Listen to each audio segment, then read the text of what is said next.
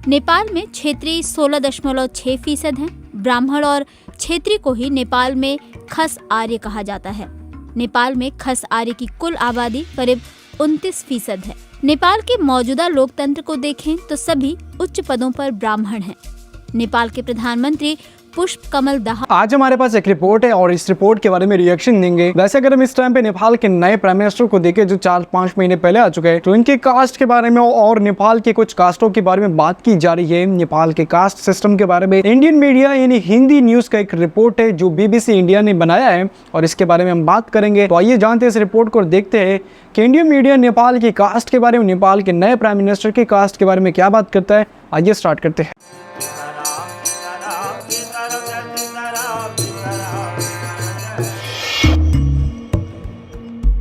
नेपाल की मौजूदा सरकार और व्यवस्था को देखें तो ब्राह्मणों का हर क्षेत्र में दबदबा है।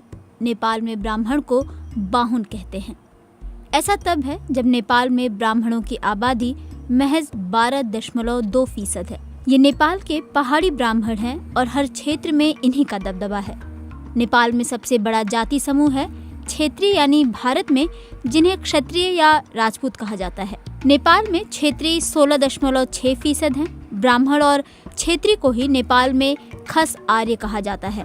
नेपाल में खस आर्य की कुल आबादी करीब 29% है। नेपाल के मौजूदा लोकतंत्र को देखें तो सभी उच्च पदों पर ब्राह्मण हैं। नेपाल के प्रधानमंत्री पुष्प कमल दाहाल प्रचंड ब्राह्मण, नेपाल के राष्ट्रपति रामचंद्र पौडेल ब्राह्मण, नेपाल के सेना प्रमुख प्रभुराम शर्मा ब्राह्मण और नेपाली संसद के स्पीकर देवराज घिमिरे भी ब्राह्मण हैं। प्रचंड की पूरी कैबिनेट देख लें तो सारे अहम मंत्रालय, चाहे वो विदेश हो या गृह, ब्राह्मण और क्षत्रियों के पास हैं। नेपाल की प्रतिनिधि सभा यानी संसद को देखें तो यहाँ भी खस आर्य का ही दबदबा है। प्रतिनिधि सभा के लिए 164 सदस्य प्रत्यक्ष निर्वाचन प्रक्रिया से चुने जाते हैं। इनमें से 95 सदस्य खस आर्य हैं, यानी 57% सदस्य ब्राह्मण और क्षेत्रीय हैं। नेपाल में कुल 7 प्रांत हैं: कोसी, मधेश, बागमती, गंडकी, लुम्बिनी, कर्णाली और सुदूर पश्चिम। इन 7 प्रदेशों में से 4 के मुख्यमंत्री ब्राह्मण हैं। नेपाल के मधेश इलाके में भी ब्राह्मण हैं, लेकिन उनकी हैसियत पहाड़ी ब्राह्मणों की तरह नहीं है। नेपाली कांग्रेस के नेता कंचन झा कहते हैं, मधेश इलाके में भी ब्राह्मण और राजपूत हैं, लेकिन पहाड़ी ब्राह्मण और क्षत्रियों का ही सरकार और शासन में दबदबा है। पहाड़ के ब्राह्मण मधेश के यादवों और दलितों को जिस रूप में देखते हैं, उसी तरह यहाँ के ब्राह्मणों को भी देखते हैं। नेपाल में राजशाही खत्म होने के बाद से कम्युनिस्टों की सरकार रही है। नेपाली कांग्रेस की भी रही तो कम्युनिस्टों का समर्थन रहा। नेपाल की कम्युनिस्ट पार्टी की कमान जिनके पास है वे सभी ब्राह्मण हैं। नेपाल के पूर्व प्रधानमंत्री बाबूराम भट्टराई से पूछा गया कि नेपाल में कम्युनिस्ट राज है या ब्राह्मण राज। नेपाल की कम्युनिस्ट पार्टियां क्या ब्राह्मणों की पार्टी हैं? इस पर बाबूराम भट्टराई ने कहा, मेरा जन्म ब्राह्मण परिवार में हुआ, ये मेरी गलती नहीं है। मैंने तो जाति छोड़ दी है, शादी भी जाति के बाहर की। इस बात को समझने की जरूरत है कि जिनका जन्म ऊंची जाति में होता है उनके पास पढ़ाई के मौके ज्यादा होते हैं। पढ़ाई के बाद इनके पास वैज्ञानिक दृष्टिकोण आता है।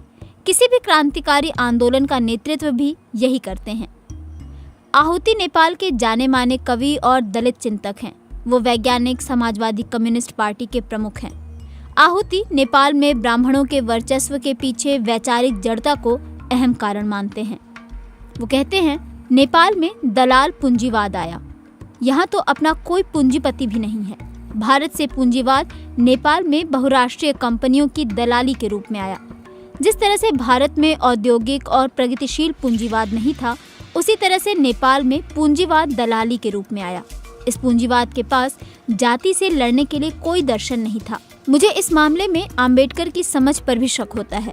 आम्बेडकर को लगा था कि धर्म परिवर्तन से जातीय भेदभाव खत्म हो जाएगा। ये बिल्कुल गलत समझ थी। आम्बेडकर की राजनीतिक लाइन बिल्कुल नाकाम रही थी। आहुति कहते हैं कि उन्हें इस बात से दिक्कत नहीं है कि ब्राह्मणों के पास नेतृत्व है, बल्कि दिक्कत इस बात से है कि प्रगतिशील विचारधारा वाले ब्राह्मणों की कमी है। विजयकांत कर्ण डेनमार्क में नेपाल के राजदूत रहे हैं। वे काठमांडू में centre for social inclusion and federalism नाम से एक थिंक टैंक चलाते हैं। कर्ण का कहना है कि नेपाल के जितने राजदूत विदेशों में हैं, उनमें से 90% ब्राह्मण ही हैं। कर्ण कहते हैं कि नेपाल में जातीय वर्चस्व की जड़ें बहुत गहरी हैं और वे लोग आज की तारीख में ठगा हुआ महसूस करते हैं, जिन्होंने राजशाही खत्म करने में अपनी जान की बाजी लगा दी। यहाँ पे ब्राह्मणों को काफ़ी ज़्यादा वैल्यू दी जा रही है और अगर आप नेपाल के पॉलिटिक्स को भी देखें तो नेपाल के पॉलिटिक्स में भी ब्राह्मण जो है काफ़ी ज़्यादा है। 7 में से 4 जगहों पे तो ब्राह्मण ही जो है ना वजीर है या पॉलिटिक्स में काफ़ी आगे है। वैसे मैं नेपाल के बारे में बात करूं तो नेपाल जो है ना धर्म जाति के बारे में या जाति के बारे में इस तरीके से नहीं है। नेपाल के अंदर हर कास्ट के लोग जाते हैं। मुसलमान पॉलिटिक्स भी मैंने आपको बताया थी 2 महीने पहले एक वीडियो थी, वो भी BBC हिंदी की वीडियो थी। तो नेपाल के पॉलिटिक्स में ज़्यादातर तो ब्राह्मण है, इसके बाद मुस्लिम भी है। जैसे कि एक आई थिंक कलाम शायद नाम था उनका, वो एक नेपाली मुस्लिम थे और एक हिंदी भी जानने वाले थे। तो उन्होंने BBC इंडिया को एक इंटरव्यू भी दिया था और जिसमें उन्होंने ये बताया था कि जैसे कि मुसलमानों को नेपाल के अंदर क्या क्या प्रॉब्लम्स है और उनके लिए पॉलिटिक्स के लिए आना क्यों ज़रूरी है कि मुसलमान पॉलिटिक्स पे आके ज्वाइन करें। तो इन सारे बातचीतों के बारे में हमने डिस्कस किया। तो ज़रूरी नहीं कि आप मुसलमान हो तो आप पाकिस्तानी होंगे, मुसलमान हो तो हो सकता है आप अफ़गानिस्तान के हो सकता है आप इंडिया के हो सकता है आप तुर्की के हो। तो इस तरीके से हिंदुओं का भी ये हो सकता है कि यार पाकिस्तानी हिंदू हो सकता है आप नेपाली हिंदू। तो इन मामलों में बात नहीं करनी चाहिए कास्ट के बारे में, स्पेशली जो भी बात करनी चाहिए वो जस्ट ये लेके आगे कि यार मैं एक नेपाली हूँ, मैं एक पाकिस्तानी हूँ, एक मैं इंडियन हूँ, इस तरीके से बात करनी चाहिए। वीडियो अगर अच्छी लगी है तो वीडियो को लाइक शेयर सब्सक्राइब आप लाजमी करें।